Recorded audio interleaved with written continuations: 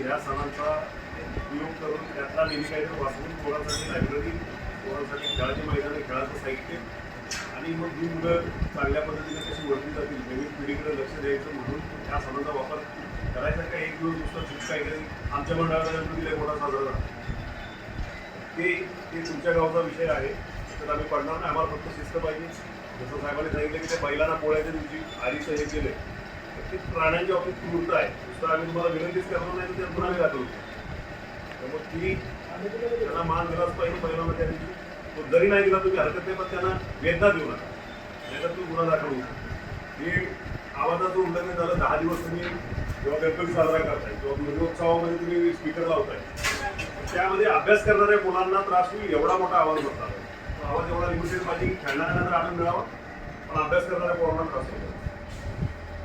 एखादा जरी गावाचा मोठा अधिकारी झाला तर त्यानंतर त्या गावात ती चळवळ बनते, म्हणून बाकीचे पोरं पण अभ्यास करायला लागतात. ते त्याचं एक एक्झाम्पल सेट होतं. म्हणून अशा मुलांना सपोर्ट करण्याचं काम आपण केलं पाहिजे.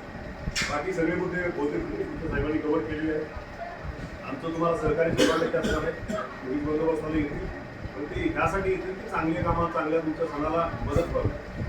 चुकीचं कोण काही करत असलं तर त्याच्यावर गुन्हे दाखल होतील. आणि एकदा गुन्हे दाखल झाले, जातीय पीड किंवा धार्मिक पीड त्यातलं होते किंवा कुठल्याही बाकीच्या कायद्याचं उल्लंघन केल्यामुळे त्यानंतर काय होतं तुम्हाला माहिती आहे. मग ते अटक होणं, रिमांड, जामीन, परत चॅप्टर केस, दरवर्षी फेरी मारायला आणलं पोलीस स्टेशन.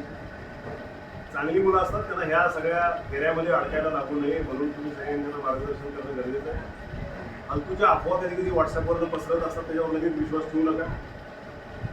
व्हॉट्सअपवर बरंचसं मसाला, मीठ मसाला लावून खोटं नाटक पण पाठवलं जातं. पहिलं कन्फर्म करा.